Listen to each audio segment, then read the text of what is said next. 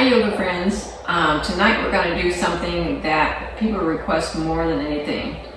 They always ask me, do you have poses that are going to help me get a better night's sleep? And the answer is yes, but you have to kind of, get into a habit of doing the routines. So I'm going to give you a few poses that you can do before you go to bed at night. And instead of watching TV or on your computer or phone, if you would do this, you're probably going to have a better night's sleep. So the big key is breathing. When we come home at night, we're stressed out and we're breathing shallow, we just don't have good breath support. So we're going to start out closing the eyes, pulling the shoulders back, sitting in a comfortable seated position, lifting your head, and then just breathing deeply. And by that I mean that you're going to have the belly filled with air first, and then kind of section it out little by little as you come all the way up into the chest, because a lot of us breathe shallow, so you're only breathing from the chest and you never get any deeper. So you breathe shallow and your heart rate goes up. Your heart rate goes up and so does your blood pressure. And then you start to have a bit of anxiety or maybe just a little anxiousness because you're thinking about maybe what happened during the day and what's happening tomorrow. So I want you to eliminate any outside thoughts. Got to do that. And then our UGI breathing is a little deeper than even our 3-part breath. We do the 3-part breath by filling the belly with air, expanding the rib cage, bringing the breath up into the chest, holding for a count of 3, and then exhaling from the belly first, then the rib cage, and then allowing the chest to fall. I would always suggest doing this 3-part breath 3 to 5 times before we even get into the UGI breathing. There are several breathing patterns that we can go into, but I'm just going to talk about those 2 tonight. So the 3-part breath, we do that pretty regularly. And then after you do a breathing pattern, then go ahead and try to fall into a deeper, more rhythmic breathing pattern. So you don't want to just keep sectioning out the breath. The whole idea is you're trying to break away from the shallow breathing. So when you start to do your UGI breath, we want to take the breath from the belly all the way up into the chest, and we're going to hold it like we did. But then we're going to constrict the back of the throat, and then we're going to part the lips, and we're going to allow the breath to escape. Then you can start to hear something called the ocean breath. And so you're going to hear a little bit of sound from your breath. And at this point, you're going to turn your attention to the breath. The breath is going to be the most important thing. So you're going to take a deep inhale, fill the belly, and then bring it all the way up into the chest. And then you're going to constrict the throat, just the back of the throat. And then you're going to set that breath free by parting the lips and breathing slowly as you exhale. And then after a moment, you're going to listen for the sound of your breath again. And so after a while, when you start to breathe, you're going to be listening for the breath and nothing else. And so that breath is going to be the most important thing for you to go to sleep with, is the sound of your own breath. So as we breathe, that's your biggest part of being able to sleep. Okay? So after we've kind of worked on the breathing, and you can have this time to work on your own with your breathing, but it's something you almost have to work at, so it's something that it's not natural, and so we want to get into a habit of actually doing that. So after we've done that, then we're going to go ahead and stand up. Go ahead and stand on the mat. And stand in your Tadasana, your mountain pose. So your feet are even and aligned with your hips, and pull the shoulders back as usual. Just lift the head, lift the chin just a little bit, and pull the shoulders back and the palms are up. And you're going to bring your arms up and then swan dive all the way down. Bring your fingertips onto the mat. Now at this point you can bend the knees, make them really soft, or you can straighten them. It really depends on the length of your arms. Bring your hands to your shins, pull the shoulders back, look forward. Forward fold again, Uttanasana, all the way down. Ardha Uttanasana, hands on your shins, pull the shoulders back. And do this about 3 to 5 times, all the way down to the mat again. Ardha Uttanasana, hands onto your shins, pull the shoulders back. And then all the way down one more time.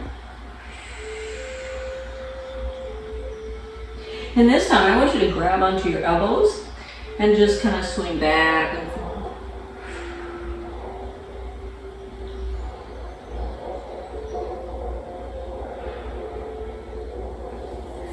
Fingertips back onto the mat one more time.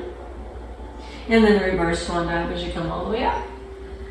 And then all the way down. So we're not trying to really warm up in this one because we want to really calm ourselves down. So we're going to come on down to the mat now. And these positions, you can either do it in your bed, or you can do it on the floor, or you can always have a blanket. But you want to make sure that you're always coming down into a child's pose. And like I said, you can do this in bed, you can do it on the floor, doesn't really matter. You bring your big toes together and your knees the width of the mat. I'm going to open up the hips just a little bit because we hold a lot of stress in the hip area. So I'm going to sit back on the hips in your child's pose. And then you're going to come forward and walk your hands forward. And you can use your blanket if you want to. And you can also use your block if you want to put your forehead on. And so you're going to come down, rest the forehead on the block or on the blanket. And then you're going to stay in child's pose for as long as you actually want. And you're going to start to feel the release of the tension and the stress in the hips. So this is going to help you to sleep. So go ahead and you can put your cheek on the block or your forehead.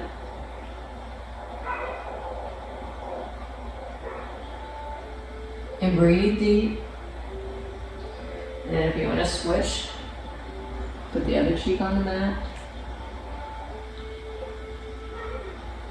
And again, you can stay in this pose, in child's pose, as long as you want. You can do variations of child's pose. You can bring your knees together if that feels better. And bring your chest onto your knees.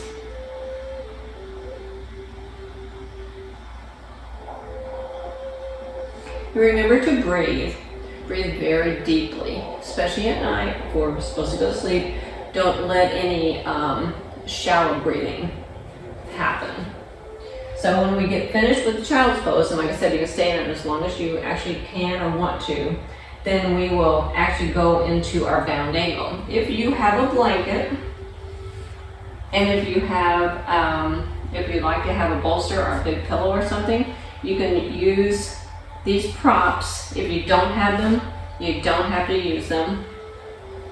But if you do have a blanket, and if you do have a bolster or blanket, pillow actually, then you want to put your big toes together. And this is bound angle. And then you're going to roll this really tight. And you're going to take a blanket around your ankles.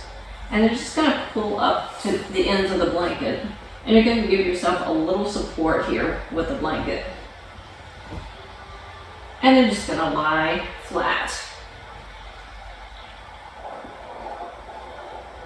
And like I said, you can use a bolster to come back onto. You can use a big pillow if you want to. You could even use your block to come back onto. But whatever feels good to you. Because remember, the reason we're doing this is to relax you so you can sleep. So whatever feels good. And like I said, you don't have to have You don't have to have a blanket. You could use a towel, or you don't have to have anything. But you probably want to prop your knees up to make them feel good. So you can stay in this. I mean, you can stay in this as long as you actually want to. Maybe 5 minutes, you know, maybe 10 minutes. So it depends on your day of work, how stressful it may have been. So just some thoughts and ideas about poses you can actually use before bedtime. The next pose is we're going to put our legs up the wall. So you're going to have to get really close to the wall. Get your hips really close to the wall. And then you're just going to swing your feet all the way up the wall. And then you can kind of walk yourself with your hips a little closer. And straighten your legs. And as close as you can get your hips to the wall, the better. Bring your arms alongside you. And this is called Waterfall. You can bring your arms ahead of you, above you if you want to. Stretch through your fingertips. If you've been driving or sitting in a chair, this is a perfect end to your day. And you can stay in Waterfall for as long as you like. And then you can kind of open and part the feet. And see if that feels good. You can bring your hands alongside you.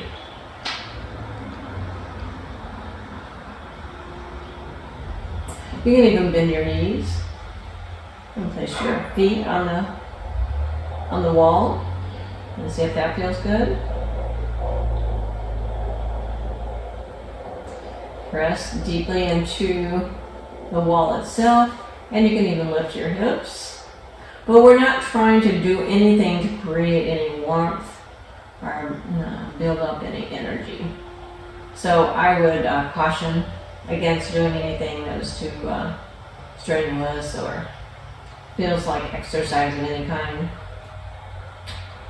Basically Waterfall, you're gonna put your feet up.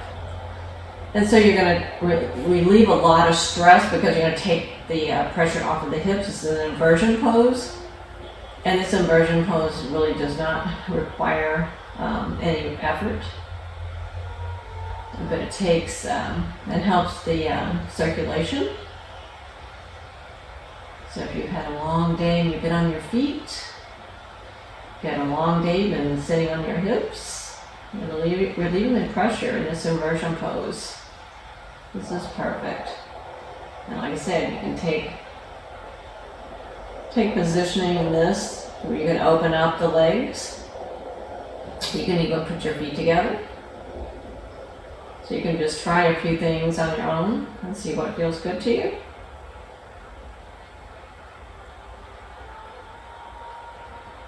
And you can stay in this waterfall pose, like I said, for at least 5 minutes. Some people say 10 minutes. But as long as it actually feels good to you, just stay in this pose. Bring awareness to your breath. Just little by little scan your body and start to spread the toes, wiggle the feet, the toes and take the feet and the ankles and twist them around and around if you want to. Or you can just be very still. So this is a pose. This is going to help you sleep and relax. And so I hope this helps. Namaste.